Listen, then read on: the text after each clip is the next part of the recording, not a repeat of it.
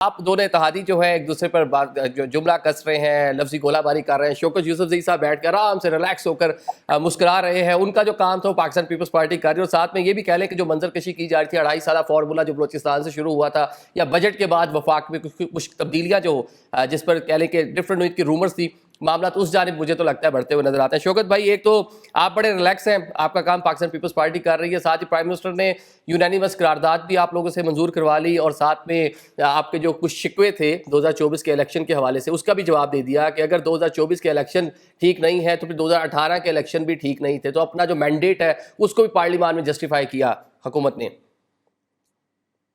بسم اللہ الرحمن الرحیم، بہت شکریہ. چلو کم از کم پرائم منسٹر نے یہ تو مان تو لیا ہے نا کہ 2024 کے الیکشن درست نہیں ہے.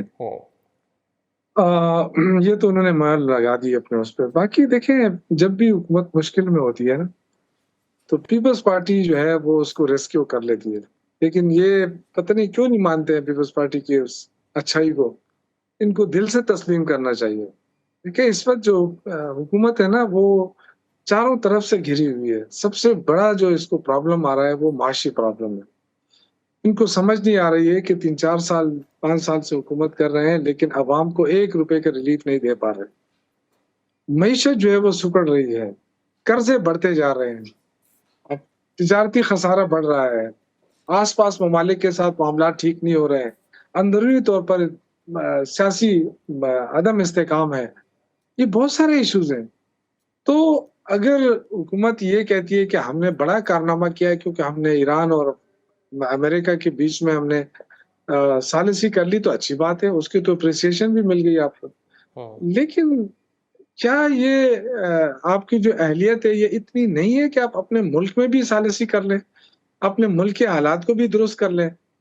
آپ سے آزاد کشمیر کے حالات نہیں وہ سنبھال. تو ایران اور امریکہ جو ہے اتنی کہہ رہے کہ جنگ کے بعد آیت اللہ شہید ہو گئے، وہاں پہ انفراسٹرکچر کو نقصان پہنچا دیا. ایرانیوں نے بھرپور نوعیت کا جواب دیا، جی سی سی ممالک کو نشانہ بنایا وہاں امریکن بیسز کو. لیکن پھر بھی وہ مذاکرات کی میز پر بیٹھنے کے لیے راضی تو ہو گئے نا امریکہ کے ساتھ بھی. آپ لوگ تو اس طرح سے حکومت کے ساتھ بیٹھنے کو راضی نہیں ہیں.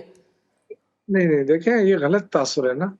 میرے خیال سے ہمارے جو چیئرمین ہیں بیرسٹر گور صاحب، وہ جب بھی اٹھتے ہیں پہلی بات وہ یہ کرتے ہیں، آپ نے اگر ان کی بات سنی ہو، یہ پرانی باتیں لے کر اٹھ جاتے ہیں کہ جی وہ تو عمران خان تو بات نہیں کرنا چاہتا. تو اگر یہ ساری زندگی یہی کرنی ہے آپ نے تو بس کرتے جائیں. لیکن میرا جہاں تک خیال ہے نا، یہ ان میں اتنی وہ نہیں ہے، سکت نہیں ہے کہ یہ لوکل مسائل حل کر سکیں. اور اس کی بہترین مثال میرے پاس ایک تو پی ٹی آئی کے ساتھ ان کے معاملات ہیں، اور آزاد کشمیر کے معاملات ہیں، اور اب تو ان کے اپنے اتحادیوں کے ساتھ جو معاملات ہیں وہ آپ دیکھیں. تو دیکھیں، میں سمجھتا ہوں کہ یہ صرف پی ٹی آئی کا مسئلہ نہیں ہے کہ آپ پی ٹی آئی کو دیوار سے لگا رہے ہیں. یہ وقت تو گزر جائے گا، ہم نے برداشت بھی کر لیا. لیکن ملک کو کتنا بڑا نقصان ہو رہا ہے. یعنی عمران خان کی حکومت ختم ہوئی تھی، میرے سارے بھائی گواہ ہیں، 43.5 ہزار ارب کا قرضہ تھا.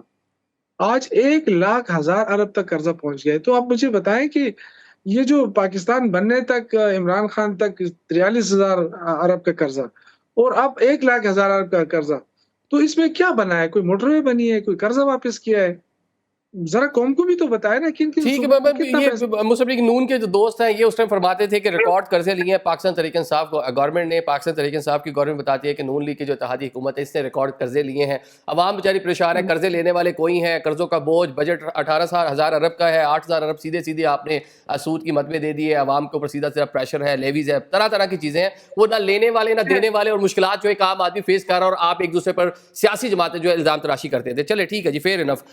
حذیفہ بھائی، میں ایک عرض جی ایک منٹ میں ایک عرض کروں. دیکھیں، بات وہ کرنی چاہیے نا، آپ نے تو اپنی بات کر لی لیکن اس طرح ختم نہ کریں نا. آپ حقیقت پہ بات کریں نا. عمران خان نے 57 ارب ڈالر کا قرضہ لیا تھا، یہ آپ کے نوٹس میں ہے نا.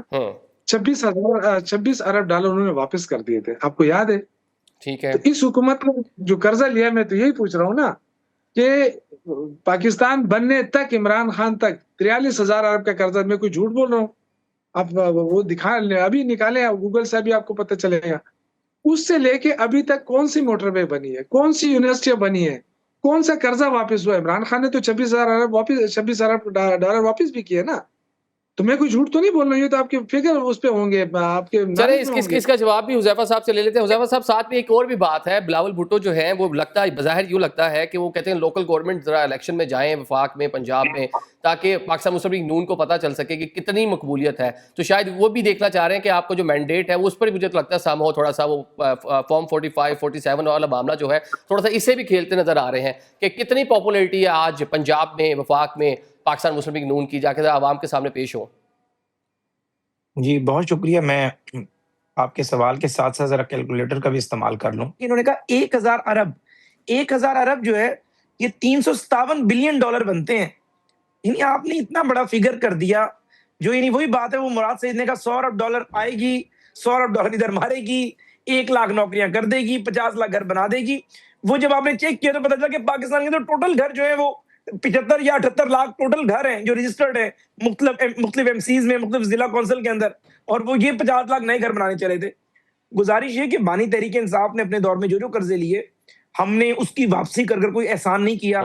ہم نے ان کے دور میں ہونے والے سارے قرضے واپس کیے ہیں. آئی ایم ایف کا پروگرام وہ درمیان میں چھوڑ کر چلے گئے تو اس کے قرضے واپس کیے. جو ہمارے برادر ممالک نے ہمیں قرضے دیے ہوئے تھے یا پیسہ پارک کیا ہوا ہمارے اکاؤنٹ میں وہ واپس کیا. کوئی احسان نہیں کیا. ہر حکومت ظاہر ملک کی بہتری کے لیے کچھ فیصلے لیتی ہے، کچھ اس کی اپنی اکنامک پالیسیز ہوتی ہیں، کچھ کامیاب ہوتی ہیں، کچھ کامیاب نہیں ہوتی. پیپلز پارٹی نے قرضے لیے تھے، ہم نے واپس کیے. ہم نے قرضے لیے، پیپلز پارٹی نے واپس کیے. تو ایک تو یہ بات اس طرح آپ بیان نہیں کر سکتے. جو بات بیان کرنے والی ہے وہ یہ ہے کہ دنیا کے جو بین الاقوامی وہ جریدے جن کے بارے میں ہمیں شوکت یوسفزئی صاحب جیسے استادوں نے سمجھایا کہ بلوم برگ ہو، اکونومسٹ ہو، فاکس نیوز ہو، یہ وہ ادارے ہیں جن میں چھپی ہوئی بات، بائبل میں لکھی ہوئی بات تصور کی جاتی ہے. یہ ادارے اپنی کریڈیبلٹی پہ کبھی کوشچن نہیں کرتے. ان اداروں نے کہا کہ پاکستان میں میکرو انڈیکیٹرز ٹھیک ہوئے ہیں. پاکستان کی ڈوبتی ہوئی اکانومی جو جون 2022 میں دیوالیہ ہونے جا رہا تھا ملک، اس کی اکانومی آج کھڑی ہو گئی ہے، وہ دیوالیہ نہیں ہو رہا. یہ اس نے ہمیں بتایا ہے. اب وہ اگر جھوٹ بول رہے ہیں تو ٹھیک ہے، ہم شوکت یوسف صاحب کی بات مان لیتے ہیں. ان اداروں کی بات جو ان جیسے ہمیں استادوں نے سمجھایا کہ یہ ادارے جو ویسٹرن پرنٹنگ یا پبلشنگ یا براڈ کاسٹنگ ہاؤسز ہیں یہ بہت کریڈیبل ہوا کرتے ہیں. تو بات یہ کہ یوسف صاحب نے اور طرف سے میں رخ موڑ دیا، حالانکہ خود سمجھتے ہیں چیزوں کو کہ 24% پہ مارک اپ تھا. ہم وہ مارک اپ 10-11% پہ لے آئے. جس ملک میں 24% پہ مارک اپ چلا جائے وہ ملک تو ترقی نہیں کر سکتا. عدم اعتماد کے دوران یعنی اپریل میں عدم اعتماد شروع ہوئی، مارچ میں، اپریل میں وہ کنکلوڈ ہوئی، مئی جون کے اندر جا کر ہم نے حکومت سازی مکمل کی تو ڈالر 325 پہ تھا. اس ڈالر کو 278 پر لے کر آئے. خود عمر ایوب صاحب کا بیان موجود ہے جو انہوں نے دیا اکتوبر 2021 میں کہ پیٹرول 310 پہ جا سکتا ہے، اور ان کی بات فیکچوئل ٹھیک تھی.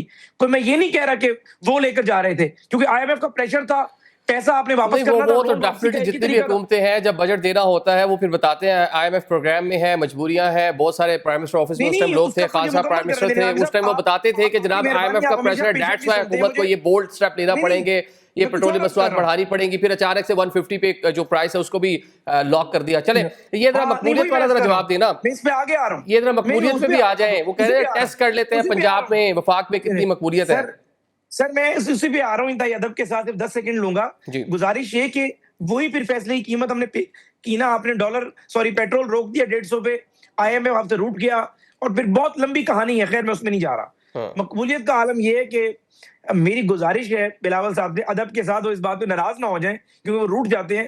بلاول صاحب پنجاب کا جو حلقہ طے کر لیں، جو حلقہ آج یہ لاک کروا دیں، اور اس پہ نہ میاں نواز شریف، نہ میاں شہباز، نہ حمزہ، یہ میاں نواز شریف کا ادنا کارکن، آزاد نہیں، شیر کے ٹکٹ پہ، آزاد میری کوئی حیثیت نہیں ہے، شیر کے ٹکٹ پہ بلاول صاحب میرا مقابلہ کر لیں 1 on 1. اگر بلاول صاحب جیت گئے ہم فیڈرل گورنمنٹ چھوڑ دیں گے. تو یہ تو سب کو پتہ ہے. نہیں اندھے کو آپ کہیں گے جی دو آنکھیں اسے چاہیے ہوتی ہیں، ہر کسی کو پتا ہوتا ہے. گھوڑا گھاس سے دوستی کر لے گا کیا کھائے گا؟ سورج مشرق سے نکلتا ہے. پی ایم ایل این کا مقابلہ پی ٹی آئی کے ساتھ ہوتا ہے پنجاب میں. انہوں نے اگر 1.5 لاکھ ووٹ نہیں ہے، پہ الزام یہ نہیں ہے کہ ہم 10,000 ووٹ والے ہیں. ان کے فارم 45 یہ کہتے ہیں کہ ہم 1,30,000 والے ہیں. رانا ثناء اللہ صاحب ہارے ہیں تو یہ کہتے ہیں کہ ان کے ووٹ صحیح جنرل مانتے ہیں، یہ کہ وہ رزلٹ ٹھیک ہے. 1,15,000 ٹھیک ہے. یہ دوسرا چیلنج ہے. ایک آپ نے چیلنج کر دیا سیدھا بلاول صاحب کو کہ وہ پنجاب کے کسی بھی حلقے میں آ کر الیکشن لڑ لیں. علی موسیٰ گیلانی صاحب نے عمران خان صاحب کو چیلنج کر دیا کہ وہ کسی بھی پنجاب کے حلقے سے آ کے ان کے خلاف الیکشن لڑ لیں. چیلنج اپریشیٹ کیا. اب بلاول صاحب بہت ماشاءاللہ آکسفورڈ گریجویٹ ہیں، بے نظیر شہید صاحبہ کے بیٹے ہیں. وہ اپنی ایک اتحادی جماعت کو یہ کہیں کہ جو پنجاب کی مقبول ترین جماعت ہو اور تحریک انصاف کہتے ہیں ہم مقبول نہیں، مقابلہ ہمارا تحریک انصاف کا ہے. پیپلز پارٹی تو کہیں ہے ہی نہیں. یعنی وہ پیپلز پارٹی جو کہ لاہور میں سمینہ خالد گرکی کی سیٹ نکالا کرتی تھی، اعتزاز صاحب کی سیٹ نکالا کرتی تھی، یعنی لاہور کی 13 سیٹوں میں سے 3-4 سیٹیں پیپلز پارٹی لیتی تھی، وہ پیپلز پارٹی آج کہیں نہیں ہے. اور بلاول صاحب جو ہے جذبات میں کسی بات پہ غصے ہیں تو یہ عرض کر رہے ہیں، یہ فرما رہے ہیں کہ جی نون لیگ جو ہے ختم ہو گئی ہے پنجاب سے. تو میں نے یہ عرض کی ہے کہ بلاول صاحب اپنی مرضی کا حلقہ چن لیں. بے شک وہ حلقہ کشمور اور سندھ کے جو بارڈر ہے اور پنجاب کا، وہ رحیم خان کا ہی کوئی حلقہ چن لیں اور انہیں اندازہ ہو جائے گا. اس لیے میری گزارش یہ ہے کہ کبھی بھی آپ اپنی اور لائٹر نوٹ رحیم یار خان کا حلقہ نہ چنیں.